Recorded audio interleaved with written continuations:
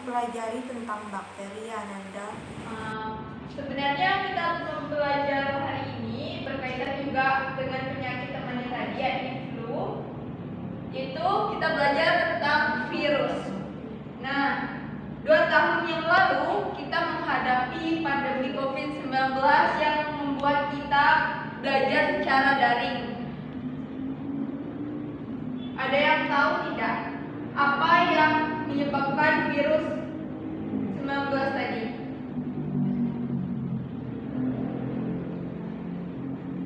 Tidak, Bu. Yaitu virus corona. Nah, di sini Ibu mau menyebutkan mengenai tujuan pembelajaran yang harus kita kuasai. Melalui pembelajaran kita diharapkan mengetahui bagaimana sejarah penemuan virus, kemudian peserta didik harus mengetahui bagaimana ciri-ciri virus dan mengetahui bagaimana itu siklus litik, bagaimana siklus sitogenik, dan peserta didik harus mengetahui apa itu peranan dari virus. Nah, mungkin kalian bertanya-tanya, kenapa ada virus, siapa sih yang nemuin? Nah, pada tahun 1883, Albert Meyer menemukan virus di tembakau. Nah, ini contoh dari daun tembakau. Jadi Albert Meyer tadi mendeteksi bahwa di dalam daun ini terdapat yang namanya virus tadi. Selanjutnya Ibu ingin membagi kalian menjadi 2 kelompok. Silakan Ananda Dwi satu kelompok dengan Alda. Kemudian Atia, halo Atia, Dista dan Amia satu kelompok. Kelompok 2, kelompok 1. Baik. Ibu lanjutkan di sini. Ibu akan melanjutkan mengenai ciri-ciri virus. Jadi, virus bisa berkembang biak jika berada di dalam sel hidup, asam nukleat DNA atau RNA saja. Kemudian dia berbentuk seperti kristal. Ada juga menyebut bahwa virus ini benda hidup dan tak hidup karena dia bisa dikristalkan tadi. Nah, dia juga berukuran sangat kecil, yaitu antara 20 sampai dengan 300 nanometer. Untuk kelompok 1 dan kelompok 2 tadi, silahkan mencari jawaban mengenai soal yang sudah Ibu kirim di LKPD. Ibu sebutkan di sini soalnya yang untuk kelompok pertama tentang siklus litik, kemudian kelompok 2 silahkan mencari tahapan histogenik. Nah, sembari kalian mencari, Ibu akan lanjut menjelaskan. Jadi bentuk virus sendiri ada berbagai macam, yakni bentuknya batang. Contohnya pada TMV tadi, kemudian berbentuk batang tapi ujungnya oval.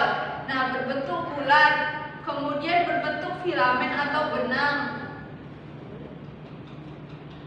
Dan juga ada berbentuk seperti huruf T.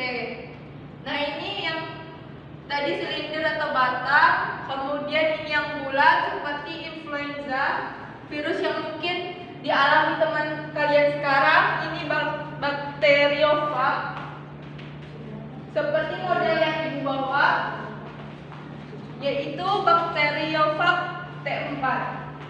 Kemudian selanjutnya untuk struktur virus bakteriofag ini sendiri terdapat 4 bagian. Ini kepalanya, kemudian ini kapsid, lalu asam nukleat di dalamnya, serta leher dan ekor virus.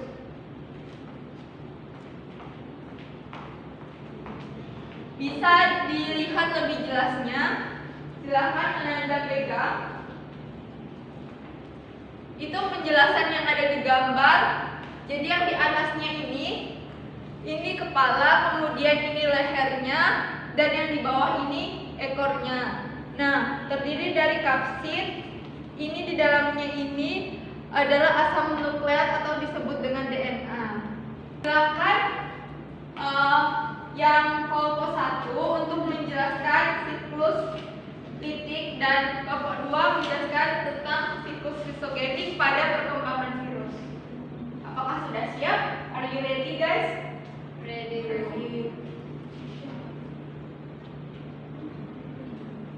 Silakan. Perwakilan ya? Iya. Semua kelompok, anggota kelompoknya ikut maju ya. Silakan ke sini. Masuk. Tolong ditunjuk di bagian mana litik maupun isogenik tadi.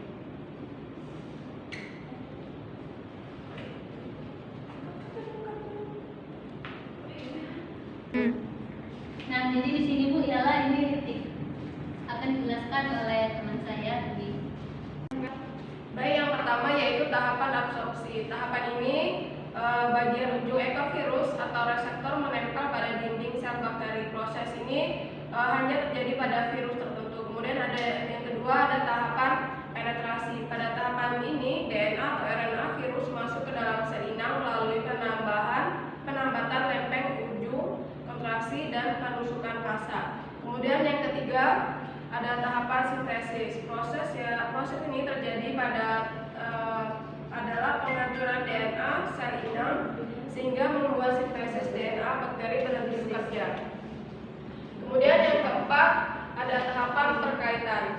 Setelah melalui tahap ketiga, tahap selanjutnya merupakan perkaitan tubuh virus yang masih terpisah-pisah seperti kepala, ekor, dan serabut dan menjadi virus yang utuh. Kemudian yang kelima itu tahapan lisis. Tahapan lisis ini kerja enzim lisozim tidak hanya untuk melubangi dinding sel inang saja, tetapi juga membuat dinding sel mengalami perpecahan di akhir fase reproduksi virus.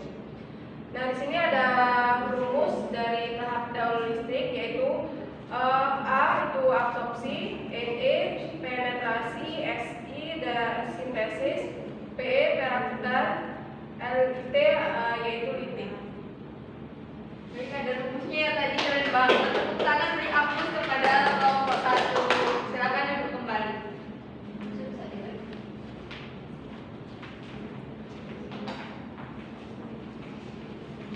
Baik, dipersiapkan untuk kelompok 2 presentasi. Seluruh anggotanya diharapkan untuk maju.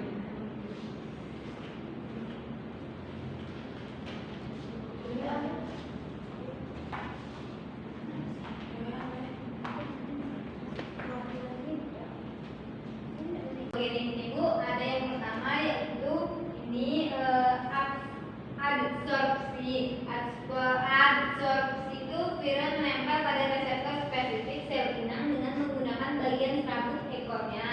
Kedua itu ada penetrasi. Penetrasi ini di mana virus menginjeksikan materi genetiknya ke dalam sel inang sehingga kapsid virus menjadi kosong atau mati. Dan yang ketiga yaitu ada penggabungan. Jadi Bu, digabungkan DNA virus bakteriofag bergabung dengan DNA bakteri atau sel inang membentuk profag. Dalam bentuk profag ini Bu, sebagian besar gen berada di fase tidak aktif, tetapi ada sedikitnya satu gen yang selalu aktif.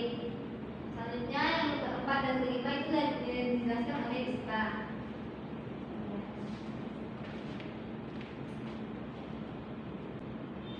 Baiklah, selanjutnya itu ada pembelahan ini. Nah, jika sel inang membelah, setiap anaknya akan mewarisi profag. Profag dapat diinduksi menjadi aktif sehingga mengakibatkan terjadinya daulitik. Kemudian yang terakhir itu ada sintesis. Sintesis itu profag aktif dan keluar dari kromosom bakteri sehingga DNA bakteri sel inang itu hancur. Nah, kemudian terjadi fase replikasi DNA bakteriofag, sintesis bagian-bagian tubuh virus dan seterusnya seperti pada daulitik. Terima kasih untuk kelompok 2. Beri aplaus. Jadi,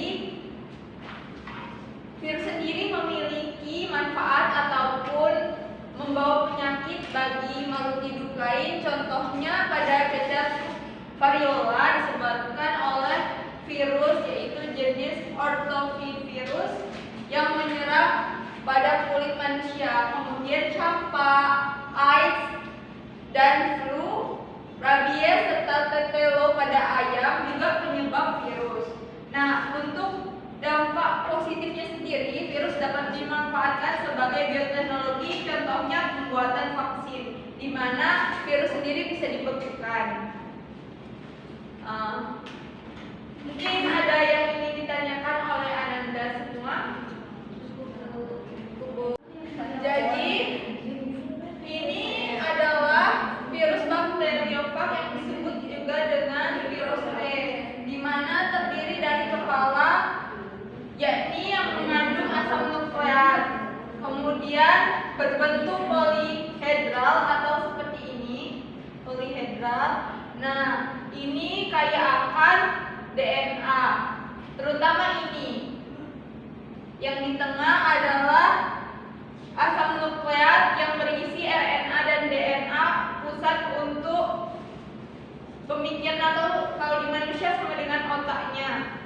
Kemudian ini yang di bawah ini digunakan untuk menempel pada substrat yang disebut dengan ekor virus. Kemudian yang ini adalah leher yang berfungsi sebagai penghubung antara batang kemudian dengan kepalanya. Baik, selanjutnya Ibu akan membacakan lagi mengenai tujuan pembelajaran kita, dan Ibu ingin bertanya, melalui pembelajaran peserta didik mampu mengetahui sejarah penemuan virus. Ibu ingin bertanya, review bagaimana hingga seseorang tersebut dapat mengetahui virus, bagaimana sejarahnya. Jelaskan secara ringkas, kemudian beserta ciri-cirinya. Silakan Aunia. Sejarah virus awal mulanya muncul di tahun 1883 karena penyakit pada tanaman tembakau. Ciri-ciri virus itu bisa berkembang biak jika berada di dalam sel hidup. Asam nukleat DNA atau RNA saja. Berbentuk kristal jika berada di luar sel hidup. Berukuran sangat kecil, yaitu antara 20 dan 300 nanometer, lebih kecil daripada ribosom. Nah, terima kasih Aunia. Selanjutnya, kedua tujuan kita adalah untuk mengetahui bagaimana itu struktur pada bakteriofag ini. Silakan Abiasa Sabila untuk membacakan strukturnya. Silakan boleh dipegang ini.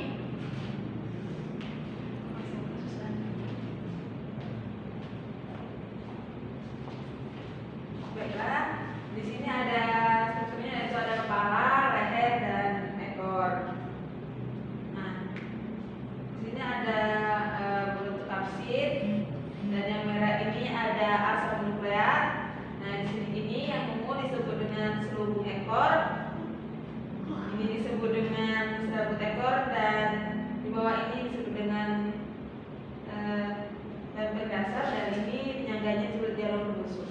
Terima kasih. Sebenarnya apa yang dijelaskan Alia sudah benar. Selanjutnya untuk yang ketiga, yakni tentang siklus ataupun daur litik, bahwa Anda semua Ibu harapkan untuk paham. Tadi sudah dipresentasikan oleh temannya. Silakan siapa yang mau menjawabnya mengenai daur dan siklus litik dan lisogenik tadi. Pada Dwi mungkin mau mencoba menjawab. Baik, pada tahap litik itu yang pertama tahap absorpsi, yang kedua tahap penetrasi, ketiga tahap sintesis, yang keempat tahap perkaitan, kemudian yang kelima tahap lisis. Baik.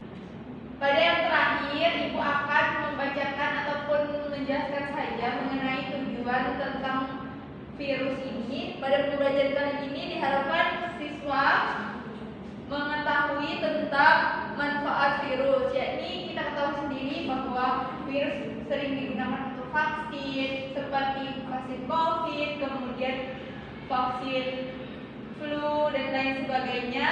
Berarti virusnya berfungsi dalam proses ataupun cabang biologi mengenai bioteknologi. Sedangkan yang negatifnya, ternyata virus ini banyak loh dampaknya bagi kehidupan sehari-hari. Misalnya virus bisa menyerang pada tubuh manusia, menyebabkan cacar, kemudian menyebabkan campak dan juga menyebabkan penyakit lain. Pada ayam mungkin mengalami tetelo juga karena si virus tadi. Nah, silakan Ananda semua persiapkan LKPD-nya. Besok silakan WA Ibu karena itu LKPD, maka Ibu memberikan seluas-luasnya untuk kalian melihat jurnal ataupun sumber-sumber dari e-book internet yang sudah terpercaya. Dan Ibu meminta, Ibu harapkan kepada kalian pahami lagi lebih lanjut bagaimana tubuh kita agar tetap sehat dan terhindar dari virus. Untuk penugasan, Ibu harapkan kalian untuk membuat suatu poster yang berisikan tentang bagaimana caranya manusia untuk menghindari diri atau menjaga diri dari penyakit virus AIDS ataupun HIV. Pertemuan selanjutnya kita akan belajar tentang ekologi. Bu sampaikan terima kasih kepada Ananda semua. Tetap semangat belajar, jangan lupa jaga kesehatan, tetap semangat walaupun banyak tugas ataupun bagaimana, tetap semangat dijalani hari-harinya. Demikian Ibu beri apresiasi kepada Ananda yang sudah berani tampil tadi. Alhamdulillah berani tampil semua. Ibu akan memberikan nilai lebih, nilai tambahan untuk kalian. Demikian Ibu akhiri. Wabillahi taufiq wal hidayah wa inayah. Wassalamualaikum warahmatullahi wabarakatuh. Waalaikumsalam